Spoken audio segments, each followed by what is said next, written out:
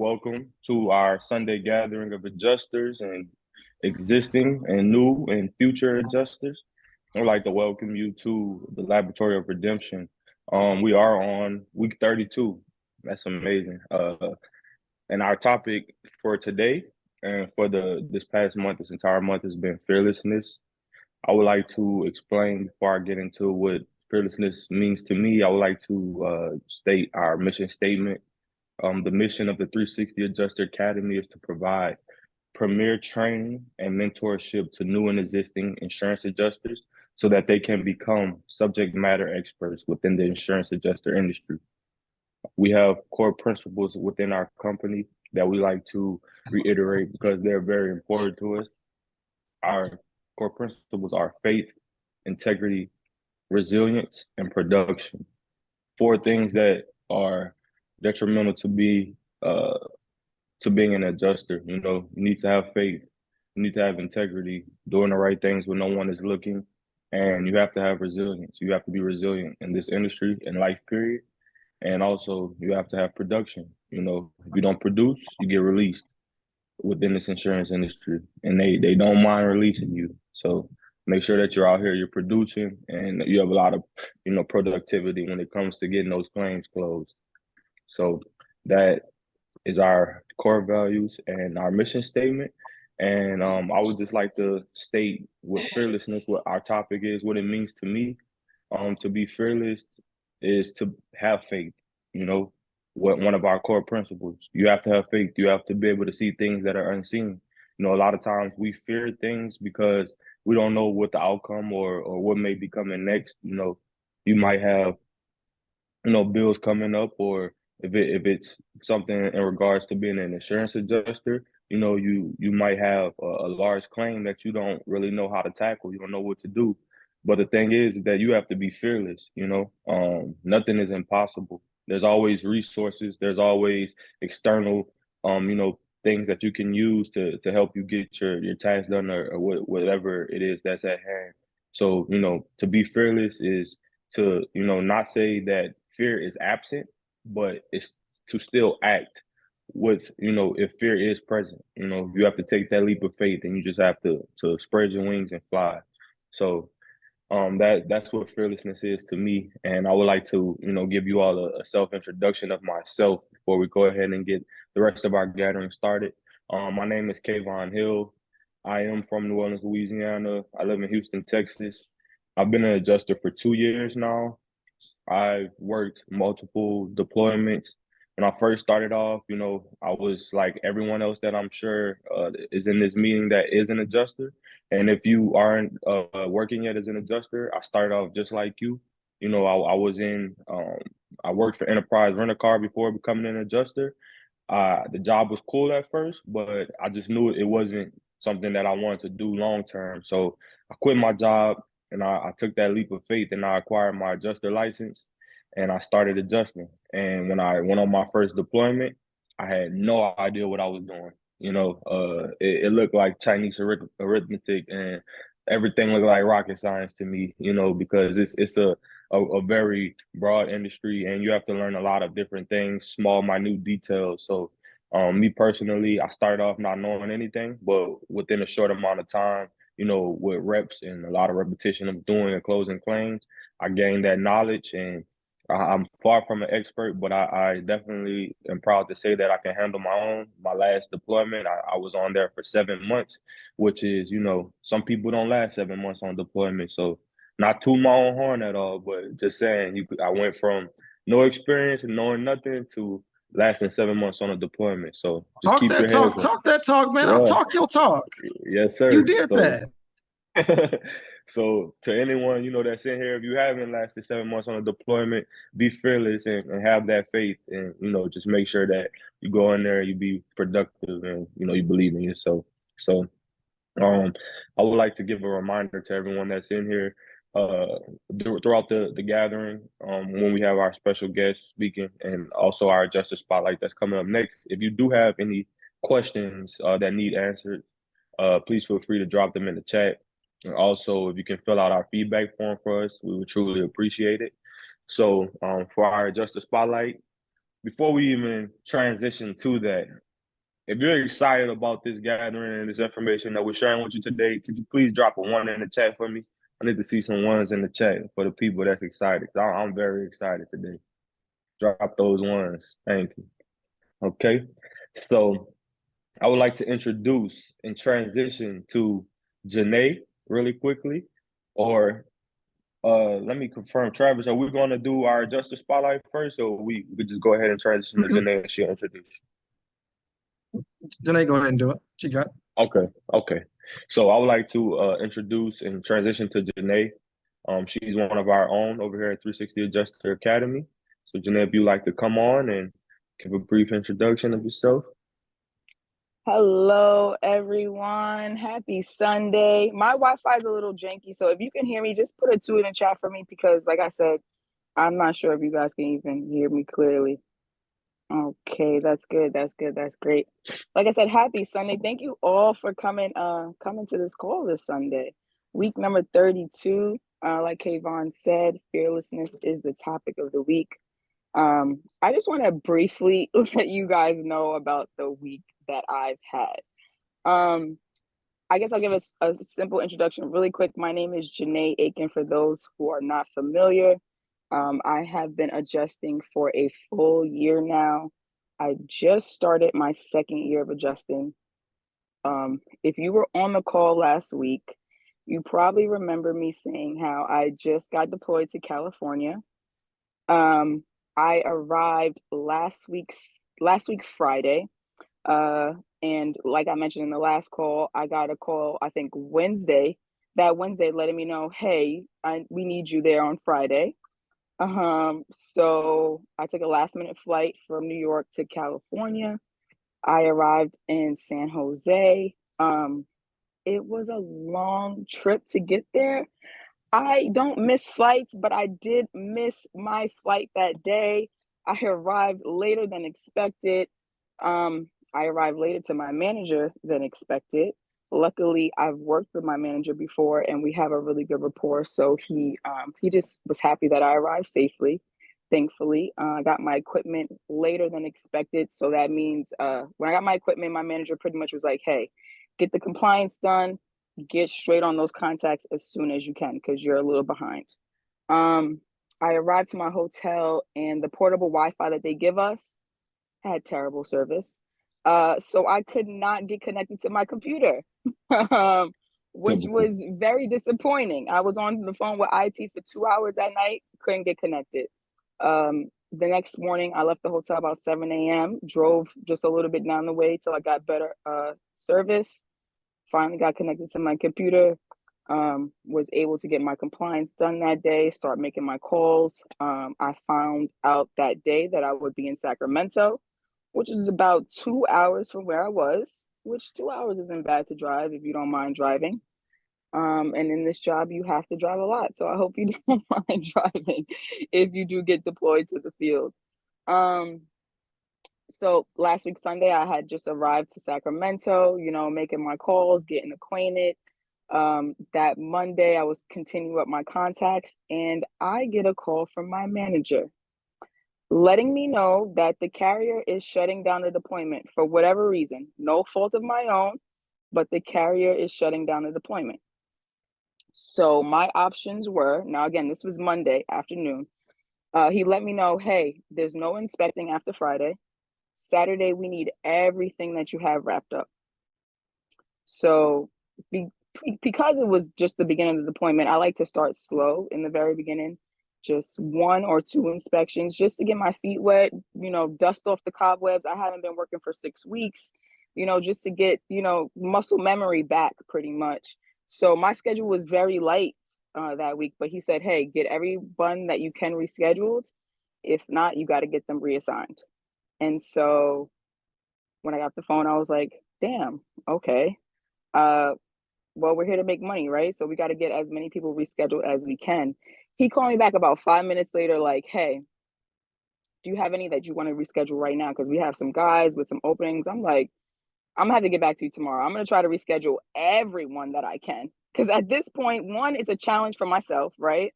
And two, we don't want to come out here spending all this money. It cost me $600. I mean, it cost me $400 for a last minute flight. It cost me $200 to stay in San Jose for 2 nights. It cost me almost $600 to rent the car for 3 weeks. I was thinking about getting my car shipped, so that would have been. Luckily, I didn't do that, but that would have been another 1,000, 1,200 almost.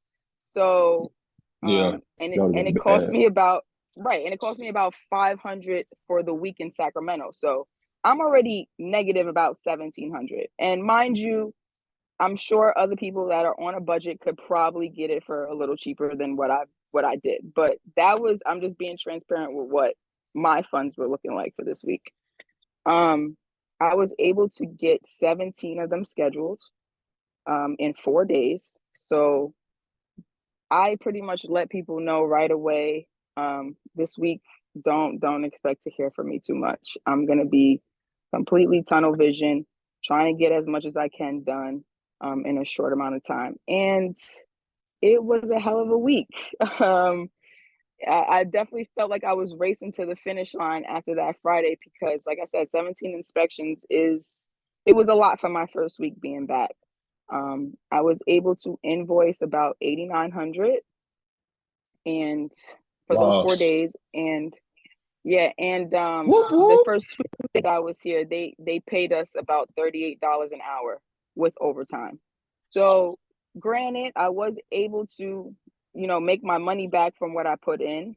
So, it's definitely not a loss.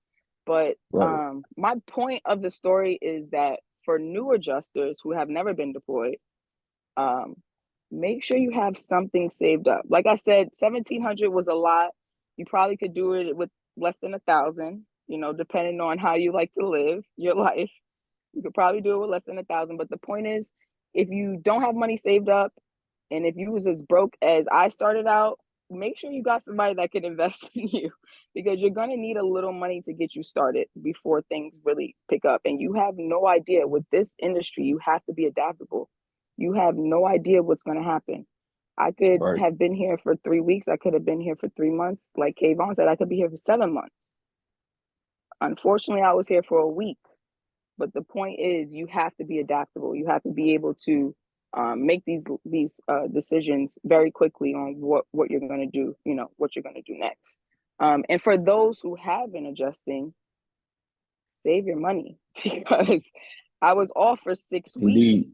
If I wasn't very disciplined with that, I would have been probably tight that I was out 1,700. Now I'm like, what am I gonna do? And Right. but the point I've been is off just 7 months. So like what she right, said, save your money. right. I've only been able to stay afloat because I saved while I worked for those seven That's a months on that fact. deployment. And So that's probably the best time for me to say when I'm on deployment, you just tunnel vision, you by yourself, you're not with your friends and family. So you right, can pay save the yourself. money, but the point is to pay attention to when those things happen and just be adaptable. That was pretty much my hectic week this week. Jenny, I got a But question for you really quick. yeah, absolutely. So you were out there for a week, and just to explain to everyone in here, and you say you billed for $8,900. Yep, I invoiced about 8,900 in that 4 days of working. So could you explain like what it means to bill 8,900 just to Right. So, okay, so I took this assignment. It was a component assignment, which of course means that you get paid per claim. And depending on the carrier, they have a different fee schedule. For this specific carrier, the fee schedule was a flat fee of $525 a claim for these claims that I was working. And so pretty much, once you're done with the claim completely, you close the claim, you go ahead and bill it to your firm, and then they pretty much send that to the carrier, letting them know, how much work they completed. And that's how we get paid. If you don't invoice, you don't get paid. Like my manager was letting me know, like, okay, Janae, yeah, you inspected 17, but are you going to get them all invoiced in time? And California is a tough state to work in because you have to also draft letters. So it's not just about, doing the inspection, giving them their payment and moving on. You have to make sure you draft a letter. You have to make sure your letter is a certain type of way. It has to be reviewed by a manager, and then so it kind of slows you down. But so it is a tougher state to work in. But yeah, I was able to at least get 17 of them done, so it doesn't feel like I came out here and took a loss, pretty much. So I Hey, was Janae, definitely That's happy awesome. about that. Janae, I do got a question though. So, Yes, how long? absolutely. How long did you say you was in California? So I got here last week Friday. So I've been here for about Mhm. 10 days. I've been here Wait, for about 10 days. so is the deployment like about to end? Oh, it's over. My work was completed yesterday. I had to get everything in yesterday. If I didn't get an invoice yesterday, then I wasn't getting paid. Right. You made 9,000 in a week. Right, in a week. So Right. so in that first week of you getting there, you pretty much just like hit the ground running. Like that second day, you was already doing I mean, I inspections. had to. I really didn't want to. Originally, I had 2 scheduled. Mm-hmm. I did two a day for about 3 days, and then I was just gonna start increasing 3 a day, 4 a day, 5 a Mm-hmm. day, and just see what type of damage we're looking at. Yeah. If I can get to 6 a day, if I can get to 8 a day, and from what I've seen from this deployment, it would have been a cakewalk. Oh man. I would have made too much money in this deployment. I Right. promise you. Oh wow. I couldn't believe it. Like I was getting done with my inspections in 15 minutes. Done. What type of claims were they? It was just wind claims, a lot of cement tile roofing. It's not too much you can do with cement tile roofing. You know what I mean? Right. Shingles blown off on one slope, maybe. That's a good I one. was, yeah, it was definitely a nice deployment. But for whatever reason, it was shut down. It was shut down. So Could you take us there's through like I do have a question, if you mind me asking. This is Tyree. yes, Tyree, sorry, I'm not on camera. yes. All But good. for you guys that are the cat adjuster, so I'm more of a I've been a daily adjuster. I've been adjusting for about since I got my license 2022. I did daily adjusting last year. Still kind of have my foot in my second job, but I have resources to kind of sustain myself. But I really took off last year. Nice. For new adjusters who are just now getting in the field, as you had said that you do need resources to get out there, or you have someone sponsoring you. Would you say, as a cat adjuster, would you have someone that is new, completely new? Would you have them maybe think about taking an hourly position instead of a component position? Because if they can't close the claim, they're going out there and they're possibly losing money if they're not up for the challenge. I would say absolutely. Absolutely. Hourly is a great way to get paid training. My first 2 deployments, I would say for the first 4.5 months of last year was hourly. Yeah, definitely start And off hourly. if you can get an hourly position, I would definitely say start off hourly as a field inspector. But of course, desk adjusting is a great way to get your start as well. If you wanted to get into field, that's a great way to get started as well. We have a few people on our board that started off as a desk adjuster. Okay, thank you. Awesome. Good advice for some new adjusters. Thank you. All right, so we go ahead and move along with our. Yes. Oh, right. Justice So Spotlight. we actually brought Justice Spotlight back this week. Our very own Travis Brock. If you could come on. Is he here? Did we lose him? No, Oh he's no, right here we there. go. All right. Let's go. Real quick, my first thought as you guys were talking was everything sounds good, but can you be deployed though? Do you have everything required to be deployed? That's the most important question to ask. Your licenses, your certifications, more importantly, your mindset. Let's say, for instance, the first assignment is component because of what they're offering. The main thing is this: your managers, whoever you're working with, they have a vested interest in you getting your claims taken care of, right? So I'm gonna go back to that. But my first thought, as I was thinking about this whole opportunity that's coming up before us now, is the thought of efficacy leads to autonomy. Efficacy leads to autonomy. What is efficacy? Just muted, Travis. Just kidding. Let me break that down for you, all right? I just put in the chat. Efficacy is the ability to produce a desired or intended result. We are paid for results only. If you can't produce, you cannot stay deployed. Now, more importantly, this opportunity is not easy because you don't know what you're doing. I didn't. But however, the middle part, before it gets to autonomy is independence. That middle part is always going to be the hard part because you don't know what you're doing. Let's say, for instance, you get something thrown your way that you have no idea what you're doing. Your only job is to get in front of your manager. I promise you this, they have a vested interest in you getting your claims taken care of. And once your claims are taken care of, you make money. And then as fast as you make money, what happens more importantly is your confidence begins to come. But then if we go right before we got into the word efficacy, we're going to talk about career capital. What did you do before adjusting? What results have you gotten before you got to adjusting? Those things matter because the results you got is a stair step to where you're headed. So what have you done in your past when you had no experience in what you were doing? That is important because you have gotten a result before. And we can't does that make sense? Am I going too fast? Does that make sense? Yes or yes? Good. Sounds good? Doesn't that It sound makes good? sense. It makes sense. She said it, so I want to say it. All right, good deal. But yeah, so efficacy. That's a big deal because once you get past the middle portion and get to autonomy, which is independence, you'll be able to produce, not worried about folks riding you, or also more importantly, the confidence that you're going to have because you built up that career capital. The career capital is important. Now, what happens, I found, is during that process, a lot of folks skip the steps of going to the manager. And then all of a sudden, they get let go. They're like, what happened?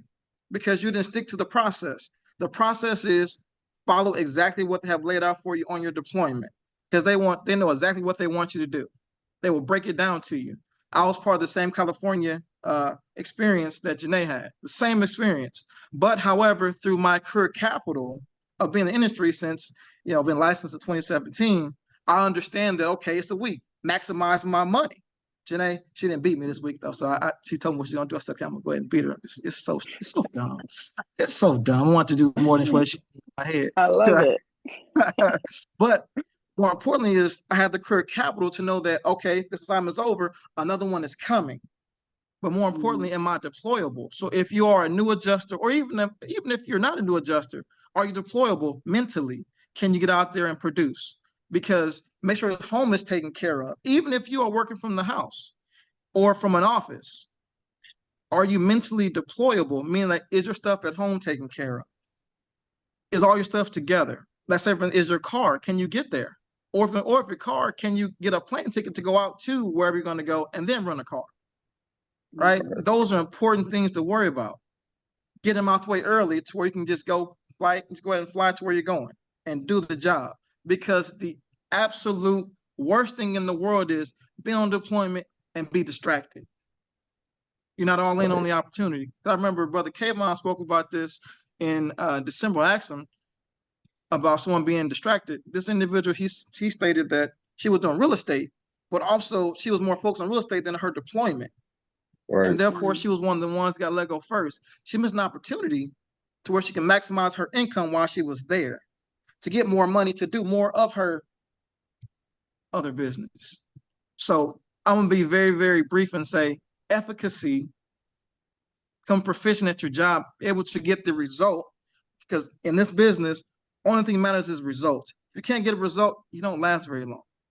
They'll give you so much grace. Then they may give another shot. You might get another shot. But if you can't produce, they'll say, if we need you, we'll come find you. And they will, because there's so much opportunity that will come along this different seasons. So here's a quick tip before I go off the mic. The Midwest is going to be popping pretty soon. So get your licenses together for the Midwest states because Hail and Wind is about to pop off. And that's what I have. I'm going to go ahead and get off the mic and pass it to Miss Janae. Efficacy leads to autonomy. I use SAT words today, huh? See that? Yes, sir. Yeah, that was a good one. Word of the day. All right. So we are going to head into our guest speaker of the evening, which is our very own Kandace Johnson, or I like to call her Miss K Joy. If you could bless us with your presence, please. Indeed. Good evening, y'all. I just want to say, I mean, when Travis started with some words, I was like, dang, why do I have to speak behind him? I mean, what do you say? Efficacy. I was like, geez, dropped a good old quote from himself. And I was like, I'm gonna need him to say that again. You said I'll drop it in the chat. Perfect. So don't ask me to look. I'm glad I wasn't asked to spell it. I'm gonna be honest with y'all. So all right. But either way, one, we've had some great things shared this today. I'll share a little bit of my background. We're gonna jump right into it for thinking about time and just trying to be mindful of that. But so as Janae introduced me, Kandace Johnson, I go by Coach K Joy. Many of y'all have talked to me or we've talked on these calls before. So glad to be here tonight and be able to talk with you all once again. Background, as far as background goes, insurance for 18 years. That's a good mix between auto and property claims. I've done auto in the field, and then desk, for property at cat level and leadership level for the last 8 to 9 years. But the only field experience is auto field. So I'm gonna talk a little bit about that tonight as well. But outside of that, I'm a public speaking coach and a motivational speaker. So those are some things that you may hear said, or if you have interest in those, you can always reach out. And then definitely a person that focuses around women and walking in their purpose and self-esteem advocate. So I'm glad to be a part of the 360 team and gonna jump right in. Our topic tonight is fearlessness, which I think, you can't really, being an adjuster, man, there's a lot of routes to get there. So I'm going to jump into some things around that. But what came to mind first when I was kind of starting to prep for what I wanted to talk about was, and some of y'all may be able to resonate with this depending on how many of you guys watch Disney movies, whether it's for you, your kids, parents, I don't know, whatever reason you may watch it. I was thinking about, the little characters on the movie they made called Inside Me. It's all about teaching kids really about like emotions and what that looks like and what that means. And there's That's a a good snippet one. thanks. There's a snippet in the movie where the guy about fear, like they're talking about like you have this unknown emotion, right? When something happens that you're fearful of, and if you'd have to see the clip, I didn't get it drummed up for tonight, but he's a little goofy looking character, and they give an example of a little girl sitting, she's like doing some work. Spider drops down, from its little, web or whatever, and she freaks out, right? And inside her, it's this little character going nuts because she's fearful. And so a lot of times that's really what a lot of us experience, although we may not show it on the outside. Some of us are probably better at, covering that than others, and that's okay.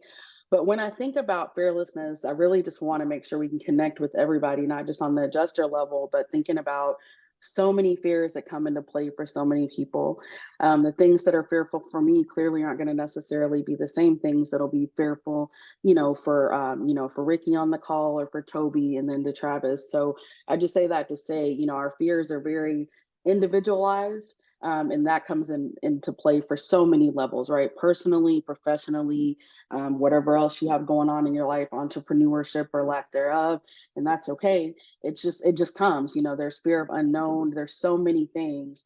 I don't know that there'd be anyone on the call that could probably say they've never had a fear in their life. Now, probably recognizing that fear and drumming down to where it really stems from may be a different thing, right?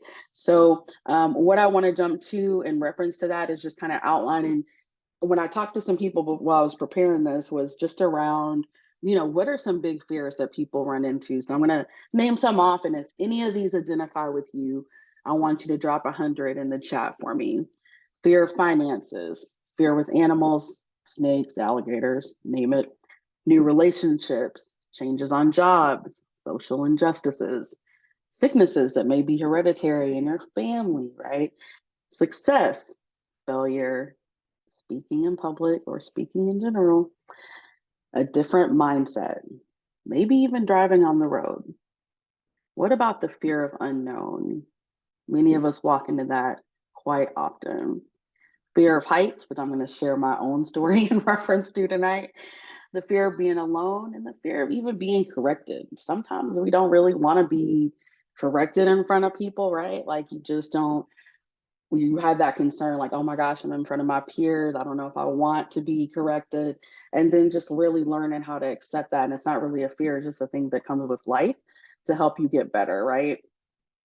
So in that, as we talk about some of these things, one of the things I was going to talk about was like the fear of needles and how I overcame that as a child, getting into like, I'm gonna say, I was about to say middle age, but really, you go from a child to a teenager to an adult. But we're gonna jump past that. I want to jump to something that's a little more relatable for everybody. I want to share a little bit in reference to fear of heights. So, as a kid, I didn't really realize I was scared of heights. I think it took me getting into middle school and going to Six Flags and some of the amusement parks with friends to realize that fear of heights, due to the fact that all my friends wanted to ride the roller coasters. They want to do, there's something at Six Flags where it like takes you all the way up and just drops you, like all these Yeah, things. no It's like, thanks. I'm all like, my stomach's dying right there, and all my friends are excited. Our parents have dropped us off for the entire day. What am I going to do with this amusement park? I can't get out and get on roller coasters. So, in reference to everything with that, I really just had to start dialing in, right? Like, I'm here with a group of people I trust. This is an amusement park, at a teenage age. I'm not gonna lie, my mind ain't thinking about, they'll make sure everything's safe and secure. I'm thinking about, don't fall off the roller coaster. Don't, what happens if I get stuck up there and I'm already scared of heights? But I say that to say, we all have our things to face for sure. I can remember the pictures. I don't know how many of y'all, do roller coasters and stuff like that. All those rides, they have these random pictures they take right of your face. They're never great, by Yeah, the way. For me, they were never great. They were always horrible. It's like, same. and Right. I've never cured those photos. Why? Because of my fear, right? Like, I just want to get back home to my parents. But anyway, I say all that to say, I used to go into that stuff like that, and then I'd finish, we'd have a great time. We'd be there all day with my friends. I'd be fearful going in. I'd be so elated coming out, getting home. And still, if I didn't go for a few months, I still had that uneasy feeling, right? And then just as time went on, I wasn't one of those teenagers. I didn't climb roofs. I didn't, climb trees. I wasn't that person. So later in life, as some things transitioned and I got into claims and into the workforce, after I got into auto claims, I had an opportunity, after going into property a few years later, there was an opportunity to join auto in the field. And so for me, I was like, oh, that's a great opportunity. I can travel. I don't have to get on roofs, right? Like, love it, love it. I can be on the ground. I can do my Right. adjusting thing. I can travel, Right. have a good time. I don't have to worry about any ladders, all this stuff that property Wait, is so you doing. was getting on the roofs for real? No. So that's the Oh, thing, Janae. Like, the whole point of right, because transitioning, like the company right. I was with, they went through a reorg and were like, hey, if everyone's going to reapply for their jobs, it's a great time if you're thinking about moving around. I was like, you know what, maybe. And they were like, we're going to have some auto opening positions in the field. Perfect. One of my girls was like, I'm going for property. Let's do it, Candace. Like, absolutely not. I don't want to climb roofs. I don't want to have to worry about a ladder that's way taller than me. For those of y'all that don't know me, I'm 5'2". Right, And she so is. carrying She yeah, is smaller. thank you, Janae. So yeah, I mean, it's just Man. all these things, right? But I was like, ooh, to be in the field and do auto, like I love that. Like, I enjoy claims. I had done auto and property at the time. I can still help people, and help face to face would be a totally different avenue. So I was excited. I interviewed, I got the job. Training was in Jacksonville, Florida, which I had lived in before for like less than a year. I'm ready to go, right? I get the offer. My girl got her offer for property. Great. So, we're getting down to training. Probably not even, I don't even know if it was a weekend. And they start talking to us about the objective of training, right? And what the training's going to look like. And I'm like, okay, great. Well, at some point in the training, the trainer says, just nonchalantly, by the way, so I know y'all are auto, but before this training ends, you do have to do the mock roofs that are here on the training grounds. And you have to be able to climb the ladders, say, pass the safety piece, climb the ladder, walk the roof, multiple roofs. Did you hear me? Just like, I joined auto for a reason, right? So I'm already in training class, like in Jacksonville, Florida. I can't at that point, let me tell you though, my fear, that little character inside was like, what the hell did I just do with my life? Like, what is going on? And so I'm sitting there kindly trying to wait for him to end. Like, why would I need this? Well, with that company, auto is a backup to property when things get tough, or if they run out of stuff, or crazy property claims come It through. spills over. Yeah. I mean, could they have told us this in the interview process? Because for some of us, like, I got to tell you, I probably wouldn't have done it. So I'm sitting there through the training and I'm like, man, okay, I can do this. I can do this. Like, man, I can do it. I'm already stuck, right? Because I've left my last position with the company. I'm in Jacksonville, Florida training. But the fear, I got to tell you, I mean, like, I was really questioning my decision at that point. So, you know, I politely later talked to the trainers and was like, look, I got a real fear of heights. I don't know if I made the right decision. How long do I have to get this down? I've never even climbed a ladder, okay? Never been on a rooftop. And I'm not sure it's a group thing when you're in that kind of thing. It's not a situation where I can be like, hey, Meech, you know, you're my trainer and I just want you to help me with this over to the side. You're learning and training it with the group. And that fear at some point is very front facing, right? Like terrorizing. So I'll just kind of fast forward through this, but I say that to say, you know, as we got towards the end of the auto training and we switched over to the property piece, you know, I remember a few trainers, you know, Kandace, we know you got a fear, we'll help you through it, you know, in front of the entire class, right? So we get in line to go up the ladders. I politely found myself always at the back of the class, you know, the back of the line, slow coming out the building, just hoping everybody would move to another roof. But I will say, you know, a lot of times when we have those fears, we just have to stop and pause and ask ourselves where it really comes from, right? My fear of heights, where did it really come from? There wasn't any reason. It wasn't like I had a family member that had an issue with heights and maybe been severely hurt. Just in my head, right? As a teenager, somewhere I got that, you know, these roller coasters were scary. I was going to die one day, you know, in these situations. I know that sounds extreme, but that's the truth. And then when I got into this opportunity, that was a great opportunity for me to travel. There were great catastrophe stipends at the time, y'all, as staff. You know, get in some travel time, help people face to face, which was a really big thing for me at the time. Why would I be willing to second guess that opportunity because of something that really, to be honest, I don't even know where it's spearheaded from.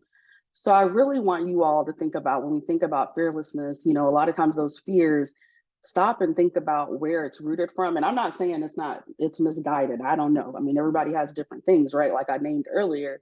But I say that to say that a lot of us, whether it's in our adjusting life or if it's in other things, those fears are rooted from something.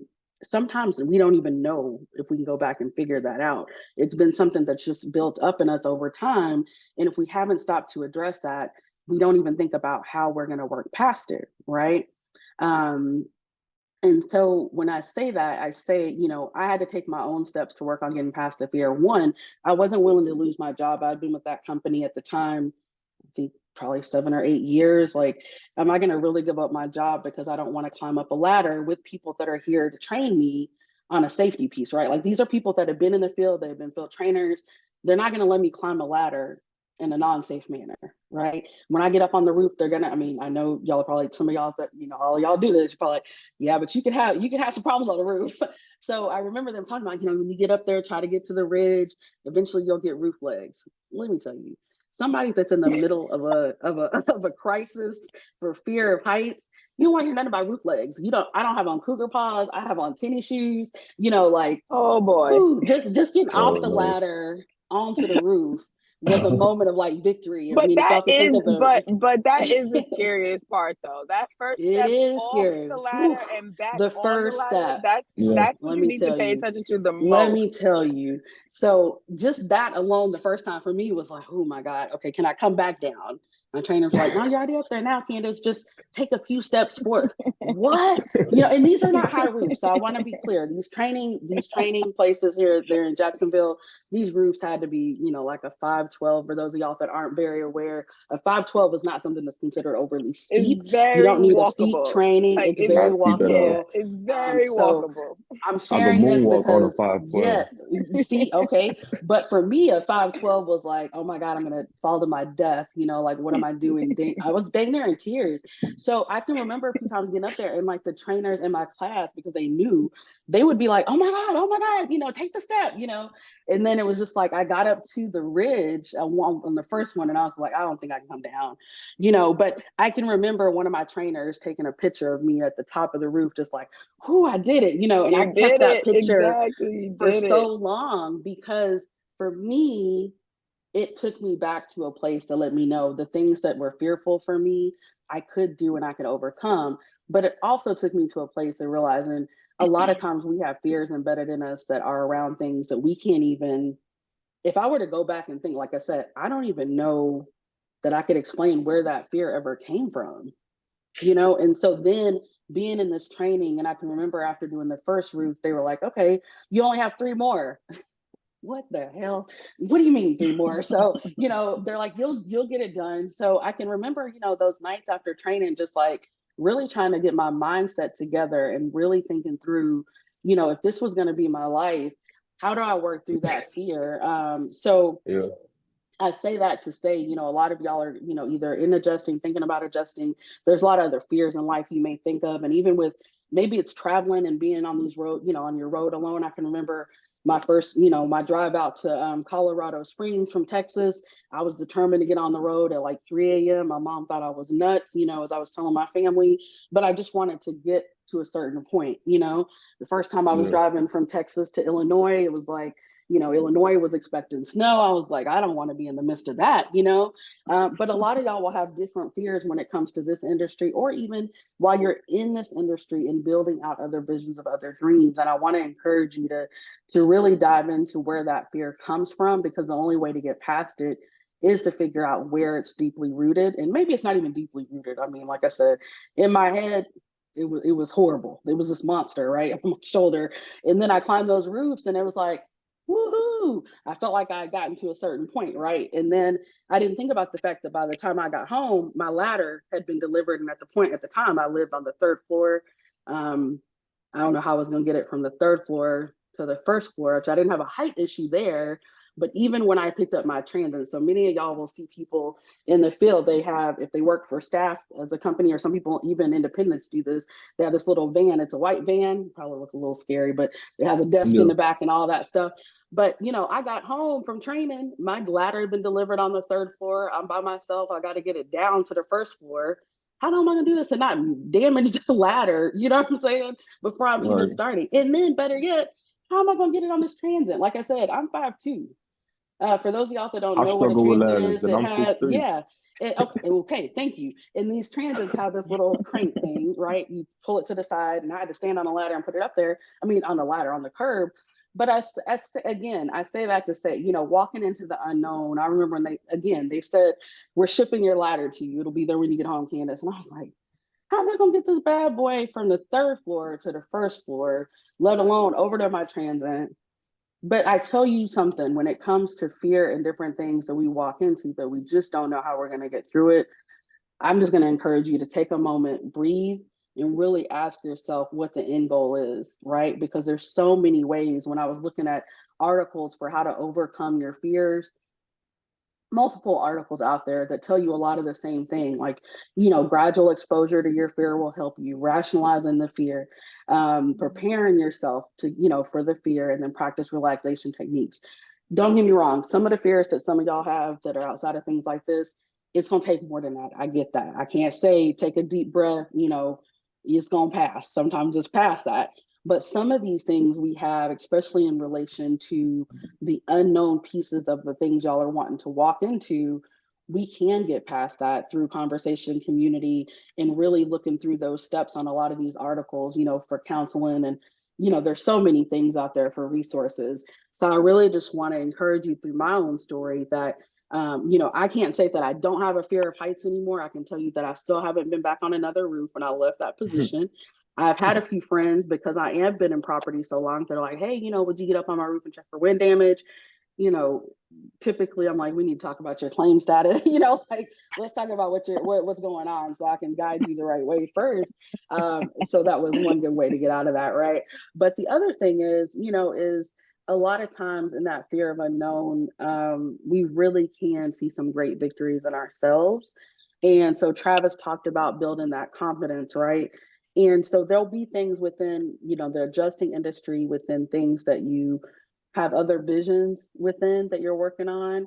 And I just want to encourage you to pause and really find the root of where that's coming from, because you really can't overcome that fear without taking some time to do some, we say this a lot, it's almost hate to say it, but really some mind work and really diving into techniques that work for you. What works for me, again, is not going to work for Major.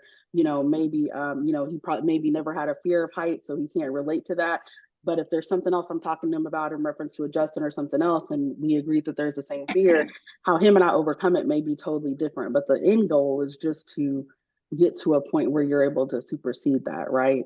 So I just want to encourage you that through those moments in fear, when I start, I'll say this, when I started thinking about, again, some things with the speech, what really came to mind before the emotion part with the Disney movie was, most of y'all have probably seen Lion King, the original, where Simba, I think he laughs in the face of it's danger, but in my head, I had it as fear and I could just hear his giggle, right? And so I'd say to you all, like, once you get past that fear or you make it past that hump, sometimes you feel like you don't need to celebrate that. But I got to tell you, when I tell you I celebrated walking on that roof, my mom got that picture, my aunts got that picture, like everybody I knew was like, done, and whether they really understood how much that took out of me, y'all, that was stressful. The anxiety built up trying to get on those roofs, and knowing that if I couldn't do it before I left, my job would be on the line. Like, there's no different end game, right? Like, I'm not trying to leave Jacksonville, come back to Texas and look for a job. I had tenure within the company. Why would I want to? Now, whether they would have really fired me, I don't know, but I wasn't going to test it, right? For something that's like, okay, what are the techniques I can take? Millions of people are out there walking on, I mean, I don't know if it's millions, but there's a lot of people out there walking on roofs and getting roof legs. And for those of y'all that don't know what, of all ages, right? And all capacities. So, when we talk about roof legs, some of y'all are probably like, what is that? It's just really getting, your footing on walking on a roof and being comfortable, probably not so scared that you're going to fall to your death as you're walking up to the ridge every time or coming down it, or just trying to even get back on the ladder safely. So I just say, I want to encourage you all to definitely, take those moments in the moment of being fearful and being open to being fearless to the things that probably scared the shit out of you.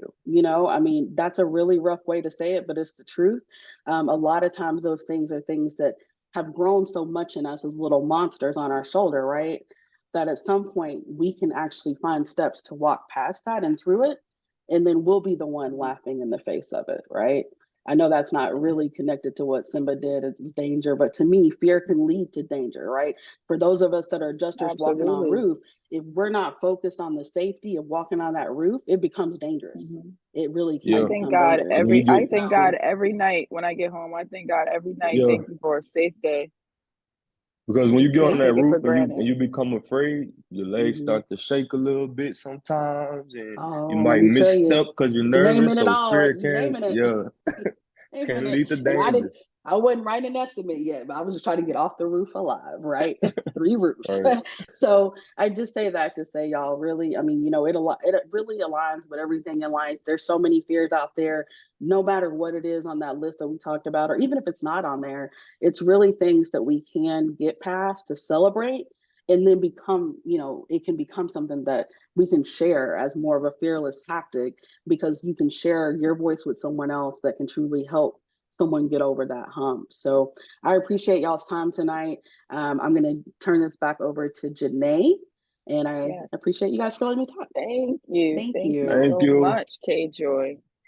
I love that you brought fear of heights up, because like I've never personally, like I really never struggled with fear of heights, but like I just didn't get on, I just didn't deal with it. So it wasn't like I had a fear of heights, but I knew like I don't really mess with it.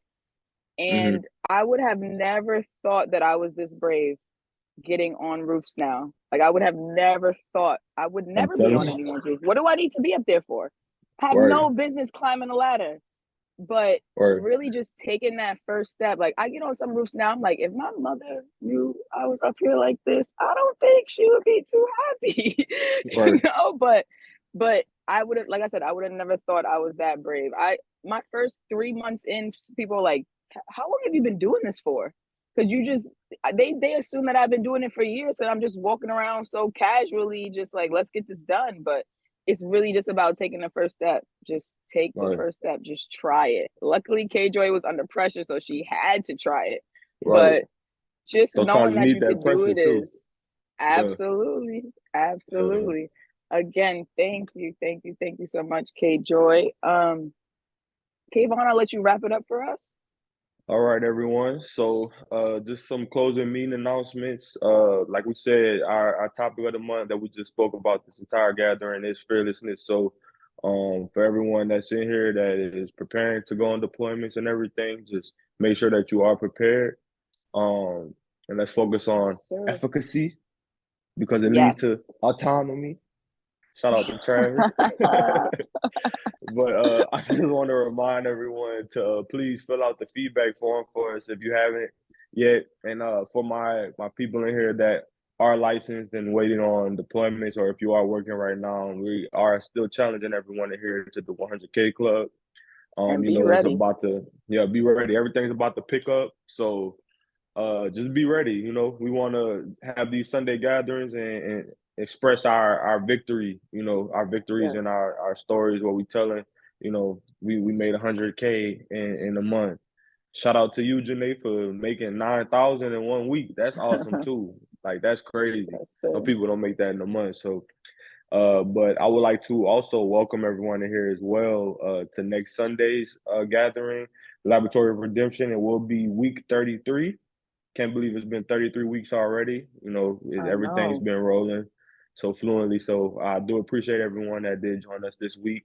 But next week we do have a guest speaker, Donnell Johns of Veterans Growing America, and we will have an adjuster spotlight of Mr. Clifton Nice. Poff. And also next Ooh, week Cliff. we have a financial tip from Coach Ryan. So you know we love the financial tips. We focus on the human aspect, the human side of things also. So we're gonna throw in a financial tip next week. So I would like to thank everyone for joining us this week. If you do have any questions before we get off, feel free to drop them. Also, pass by our socials and give us a follow, like, comment if you Yes, can. please. We truly appreciate it. So that's all that we have for this week. Hey, Thank you all for that. before we dismiss K-Joy, I had a real question for you. Yes, sir. So Let's hear it. at the beginning when you first started talking, did you say that you were you're like a, what was it called, a public speaking coach? I did. Yes, I am. So I just find that crazy because the title of this meeting is called Fearlessness, and I must say that's one of the main fears I guess I had, and I guess I didn't notice it was a fear until I had to do it for a job. You know what I mean? Like when you Oh, get wow. like Yeah. That's crazy. when you get in the war room and Yeah. stuff like that, and it's 15 or so people in there. It's 8 a.m, and you got to call insured and stuff like that, and it's just like, okay, well now I gotta use my adjuster voice that I never used before around people that I Agreed. don't know, and it's just like. Yep.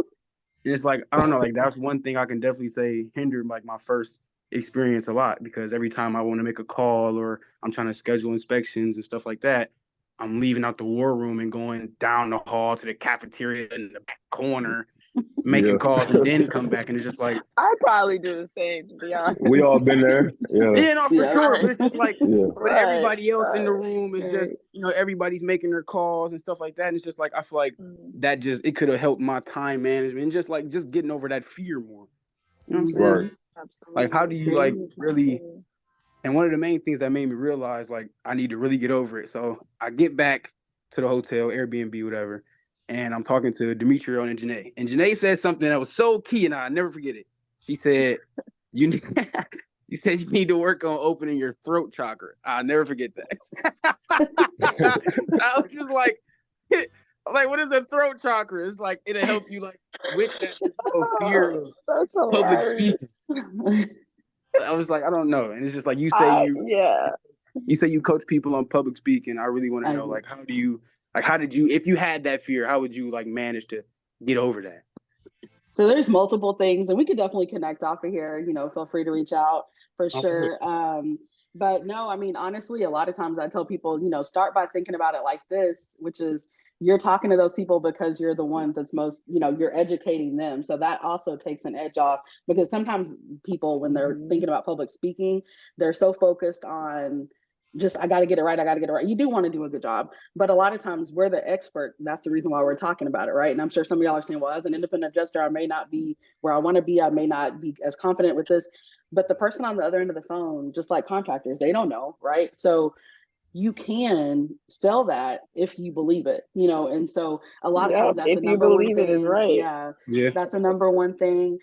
Practice. A lot of times people don't feel like, you know, in certain industries, man, this is just what I do. I go. But there's always a way to get better. Even, you know, so for myself, when I was interviewing for stuff at a certain point, you know, I told myself, you know, like, God, I'm not putting any kind of time into this, even though I'm a public speaker. Like, there's certain things I can hone out. So always be willing to, you know, critique and be open to advice. And then I would definitely highly suggest, you know, mentors, people to actually community. So there's multiple things around there, but there's small steps that can be taken, which is just, you know, getting that confidence when you're talking to your customers. So I get it. I mean, even myself, I mean, I'm a public speaker, but a lot of times at the desk, when I worked the desk before I was in leadership, some of those hard conversations, I'm like, man, I'm sitting around all these people, like, I don't really want them to hear that, you know, like, what if I'm not really ready for this conversation, right? So it happens to all of us, no matter your experience level or being a speaker, you know.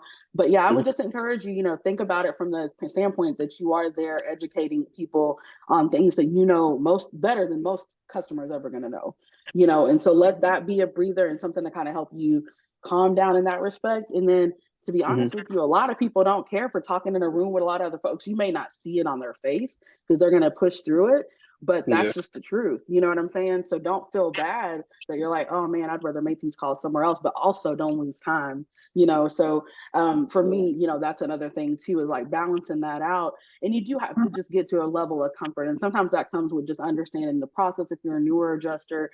And even as senior, I'm going to say there's still times of like, dang, I don't want to make this call. I want to put it to the end of the day. But it's like, well, what's the point in that? Right? Like, say into the phone at the end of the day, it's going to be another 30-minute call. You know, was it worth that, or could have gotten through it?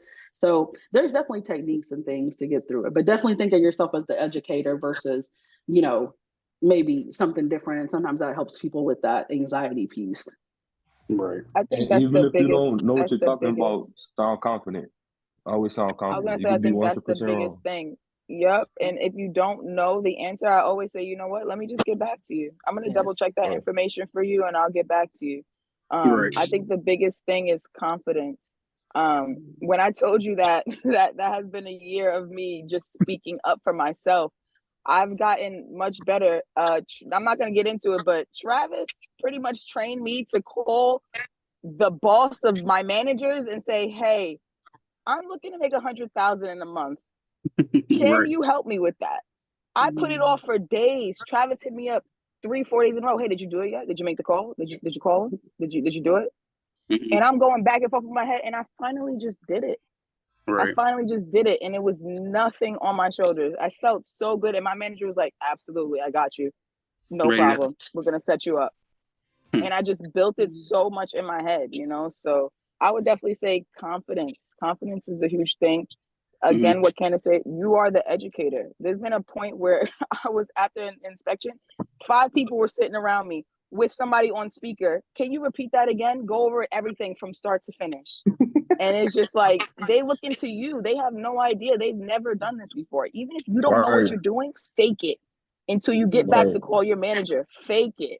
Like, you know everything until you get back on a call with somebody who does, and they give you the correct information. I'm not even joking. From day one, people ask me, how long you been doing this? From the first day, I said, I've been doing this for about a year now. A while. From the first inspection. Yeah. I've never done an inspection before.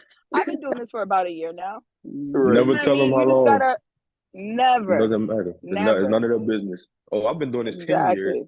They ask me, Right. especially the contractors, how long you been doing this? They try to pick your brain, but you know, Yep. yeah, I've been doing this 10 years. What about you? You know? Exactly. Well, and figure out what resources you need to have in your pocket to be ready for those, you know, for most of that. And then I'd also say, definitely enunciate. People start mumbling as adjusters, and I'm gonna tell you right now, like that just spearheads people to like, what the hell is going on? So, try, no matter how nervous you are, if you're shaking in your boots, like just try to get it out clearly and make sure, and don't be afraid to ask, do you understand that? Or do you have other questions? Or like Janae said, if it's something you're not sure of, you can always spin that as, this sounds bad, but I just want to double check on that. I'm pretty sure, but let me double check your on a few things on that and get back. People will appreciate that 10 times more than being lied to because you were nervous and didn't know the answer. So absolutely. Yeah. Okay. And don't lie to insurers because they take note of everything and they will hold you to it. You told me it was this. They'll call the agent.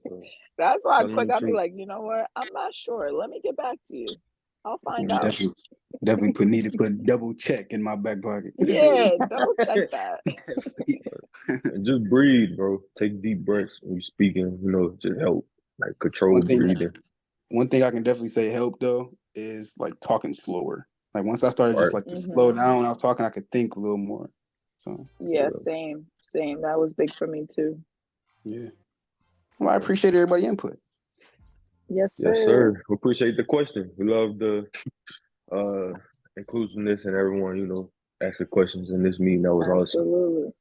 So we're looking forward to more of that moving forward. But that's all that we have for this week. Again, thank you everyone for attending and making this gathering possible. We appreciate each and every one of you. Let's continue to grow together and let's get everyone in here in that 100K club. We need 100 and yeah, let's get this money. I got a question. Does anybody have a New York license? Yes, sir. I do. How did you BJ about to get hers too. I personally used Adjuster Pro. It's a website that a lot of people tend to use. But I did study for about a month and then I took the test. Some people took it quicker than that, I don't know if I'm a slow learner, but whatever. I passed, that's all that matters. Was it hard?